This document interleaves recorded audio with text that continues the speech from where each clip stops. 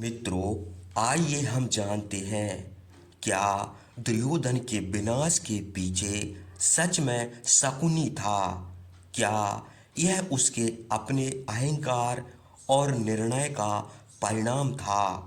पांसे तो शकुनी ने फेंके थे, पर क्या दुर्योधन केवल एक मोहरा था या उसके भीतर की महत्वाकांक्षा ही इस महाविनाश की असली वजह बनी। अंत में बस एक ही प्रश्न शेष रह जाता है, क्या दुर्योधन का विनाश शकुनी की चालों से हुआ या उसके अपने कर्मों ने ही उसका अंत लिख दिया। कुरुक्षेत्र की भूमि पर संध्या उतर चुकी थी। चारों ओर बिखरे शव, टूटे रथ और बुझती सांसें। युद्ध अपने अंतिम चरण में था। दुर्योधन केवल अकेला खड़ा था और उसके सामने उसका मामा शकुनी। दुर्योधन ने भारी स्वर में कहा, मामा, अब कुछ भी शेष नहीं रहा। मेरे भाई, मेरे मित्र, मेरे गुरु सब समाप्त हो गए। क्या यही तुम्हारी नीति थी?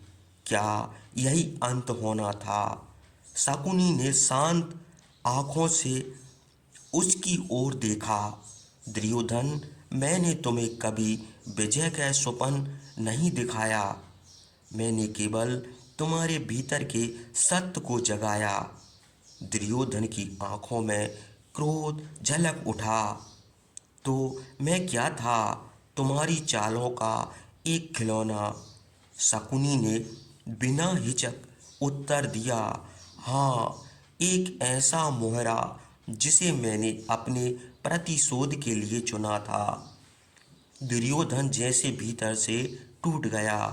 प्रतिशोध किसका? शकुनी की आंखों में अतीत की पीड़ा उभर आई। उस अन्याय का जो मेरे परिवार पर हुआ। गांधार के राजकुमार होते हुए भी मैंने अपने भाइयों को भूख से मरते देखा। मेरी बहन गांधारी को बिना उसकी इच्छा के अंधे राजा से बांध दिया गया। उसी दिन मैंने शपथ ली थी, इस वंश को उसी पीड़ा में डुबो दूंगा। यह पासा मेरे परिवार की हड्डियों से बना है और इसमें अभी तक उनके अधूरे श्राप की ज्वाला धधक रही है। यही कारण है कि मेरे पासे हमेशा वही परिणाम देते हैं जो मैं चाहता हूँ। दुर्योधन स्तब्ध रह गया। मामा, यह तो कोई भी नहीं जानता था। शकुनी ने आगे कहा, दुर्योधन, लोग सोचते हैं कि यह युद्ध जुआ, द्रौपदी या राज के कारण हुआ, पर सत्य इससे कहीं अधिक गहरा है। यह युद्ध इसलिए हो रहा है क्योंकि कुरु एक आरसी का साहब जो कहता था कि कुरुवंश का अंत उसी व्यक्ति के हाथों होगा जिसके साथ हस्तिनापुर कभी अन्याय करेगा। और वह अन्याय मेरे परिवार के साथ हुआ था। दुर्योधन की सांसें भारी हो गईं। तो मेरे अपने, मेरे भाई, यह सब तुम्हारे बदले की आग में जल गए। शकुनी ने उत्तर दिया, तुम्हारे भीतर जो द्वेष था वही इस अग्नि का ईंधन बना। मैंने केवल उसे दिशा दी। शकुनी आगे झुककर धीमे स्वर में बोला, अब जो रहस्य मैं तुम्हें बताने जा रहा हूँ वो रहस्य किसी को पता नहीं। दुर्योधन सिंहर उठा, कौन सा रहस्य मामा? शकुनी की आंखें गहरी हो गईं। कृष्ण इस युद्ध को जिताने नहीं आए, वे दो शक्तियों को नियंत्रित करने आए हैं। दो ऐसे व्यक्ति जो यदि पूर्ण रूप से जाग गए तो यह युद्ध नहीं, प्रलय होगा। दुर्योधन ने घबरा कर पूछा, कौन है वे?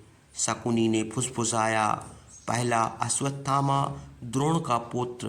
पर केवल एक योद्धा नहीं, उसके भीतर एक ऐसा क्रोध है जो सीमा नहीं जानता।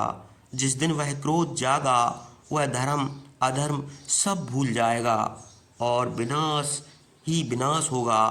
दुर्योधन स्तब्ध रह गया और दूसरा शकुनी की आवाज़ और भी धीमी हो गई। दूसरा बर्बरीक, जिसे कृष्ण ने युद्ध से पहले ही रोक दिया क्योंकि उसकी शक्ति संतुलन को तोड़ देती। वह जिस पक्ष को कमजोर देखता उसी का साथ देता और अंत में कोई पक्ष बचता ही नहीं।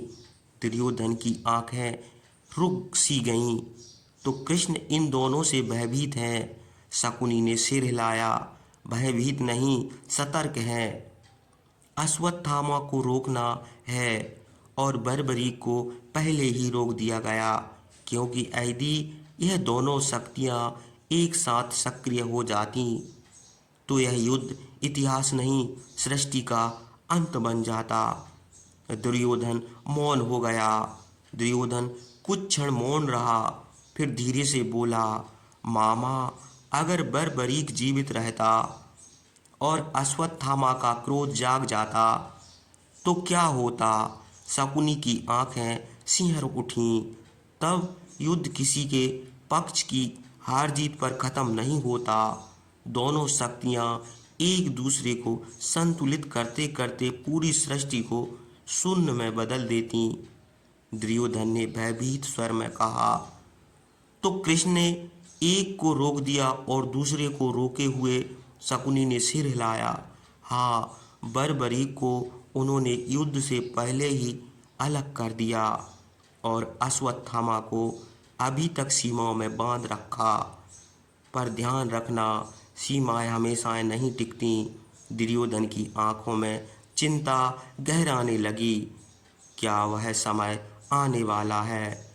दुर्योधन ने धीरे से कहा, युद्ध के बाद जब सब कुछ खत्म हो जाएगा, जब क्रोध, शोक और हार एक साथ उमड़ेंगे, तब अश्वत्थामा का बंधन टूटेगा। दुर्योधन ने कांपते हुए पूछा और तब शकुनी की आवाज़ भारी हो गई। तब वह वो करेगा जिसे इतिहास कभी भुला नहीं पाएगा। वह सोए हुए लोगों पर प्रहार करेगा। वह भविष्य को ही समाप्त करने का प्रयास करेगा। दुर्योधन की सांसें तेज हो गईं। क्या कृष्ण उसे रोक पाएंगे? शकुनी ने हल्की मुस्कान के साथ कहा, कृष्ण उसे रोकेंगे, पर दंड देकर, क्योंकि कुछ कर्म ऐसे होते हैं जिन्हें रोका नहीं जाता, बल्कि उनके परिणाम को सहने दिया जाता है।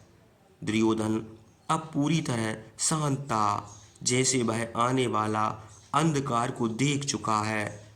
शकुनी ने अंतिम बार कहा, याद रखना दुर्योधन, यह युद्ध तलवारों से खत्म होगा, पर इसका असली भय उस रात शुरू होगा जब अश्वत्थामा अकेला होगा और उसका क्रोध जाग चुका होगा। दूर कहीं आकाश में गर्जना हुई और रणभूमि पर एक अजीब सन्नाटा सा छा गया, मानो भविष्य ने अभी से चेतावनी दे दी हो।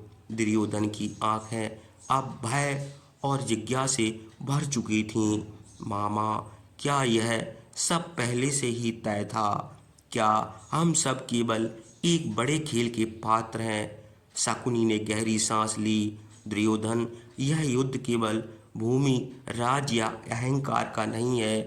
यह उन शक्तियों का टकराव है जिन्हें स्वयं देवता भी संतुलित रखने का प्रयास करते हैं। दुर्योधन ने पूछा, तो क्या अश्वत्थामा को भी यह सब पता है? शकुनी ने धीमे स्वर में कहा, वह जानता है, पर पूर्ण रूप से नहीं। उसके भीतर जो अग्नि है वह उसे खुद भी नहीं समझ पाता। जब तक वह नियंत्रित है वह योद्धा है, पर जब वह नियंत्रण खो देगा वह केवल विनाश बन जाएगा। दुर्योधन ने गहरी चिंता से कहा, और बर्बरीक, उसका क्या रहस्य है? शकुनी की आंखों में एक अलग ही वह झलक उठा। बर्बरीक, वह इस युद्ध का सबसे बड़ा साक्षी बन सकता था। उसकी दृष्टि साधारण नहीं थी। वह देख सकता था कि कौन जीतेगा, कौन हारेगा, और वह हमेशा उस पक्ष में खड़ा होता जो कमजोर होता। दुर्योधन ने कहा, तो वह तो संतुलन बनाए रखता, इसमें भय कैसा? शकुनी ने उत्तर दिया, यही तो सबसे बड़ा वह है, क्योंकि वह हर बार पक्ष बदलता और अंत में कोई पक्ष बचता ही नहीं, सिर्फ युद्ध बचता और अंतहीन विनाश।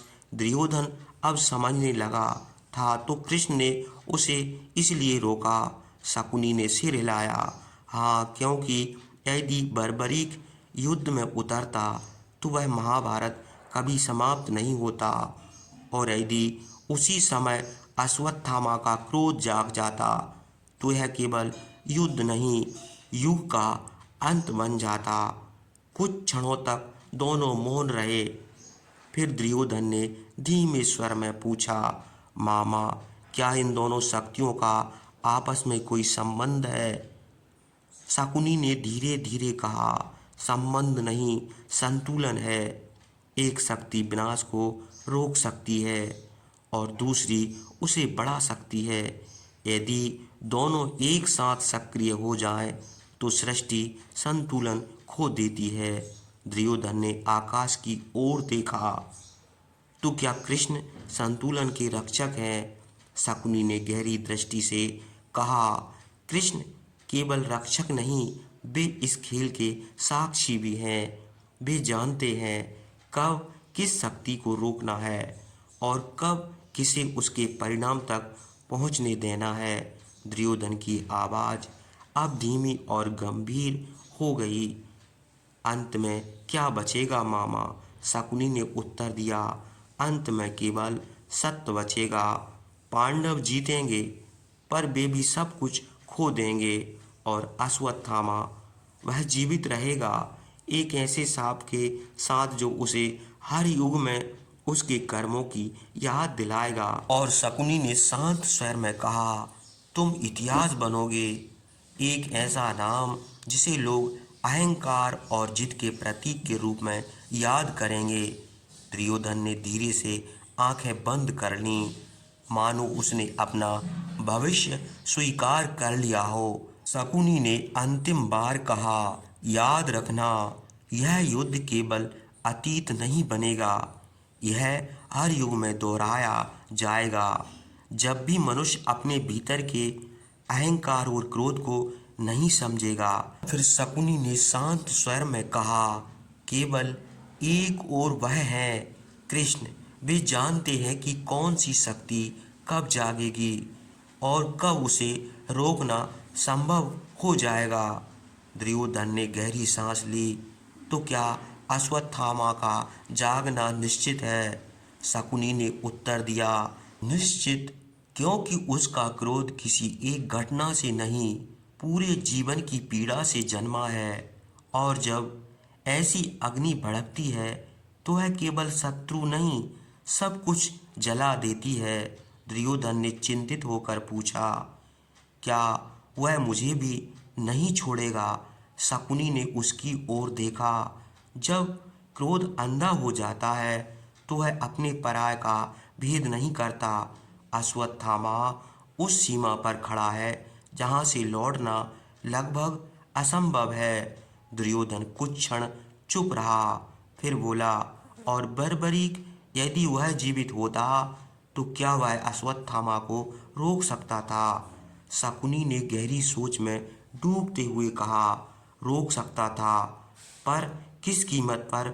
वह हर बार कमजोर का साथ देता, और जब अश्वत्थामा का क्रोध उसे कमजोर बनाता तो वह उसका साथ देता। फिर जब कोई और कमजोर होता तो वह पलट जाता। इस प्रकार यह युद्ध कभी समाप्त ही नहीं होता। दुर्योधन ने सिर झुका लिया। एक विनाश को रोकने के लिए दूसरे को जन्म लेना ही था। शकुनी ने धीरे से कहा, यही संतुलन है दुर्योधन, जहां हर समाधान अपने साथ एक नया संकट लाता है। कुछ देर तक केवल हवा की आवाजें सुनाई देती रहीं, फिर शकुनी ने आगे कहा, तुमने कभी सोचा है कृष्ण ने स्वयं हथियार क्यों नहीं उठाया?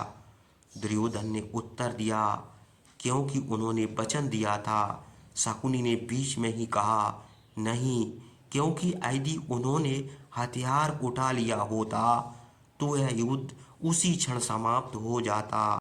पर उनका उद्देश्य युद्ध को समाप्त करना नहीं था, बल्कि उन शक्तियों को नियंत्रण करना था जो इस युद्ध के बहाने प्रकट हो रही थीं। दुर्योधन ने विस्मय से कहा, तो हम सब केवल माध्यम थे? शकुनी ने सिर हिलाया, हाँ, माध्यम। तुम, मैं, पांडव, यहाँ तक कि भीष्म, द्रोण, सब इस विशाल योजना के छोटे छोटे पात्र हैं। दुर्योधन की आंखों में अब एक अजीब सी शांति उतरने लगी। तो फिर दोष किसका है मामा?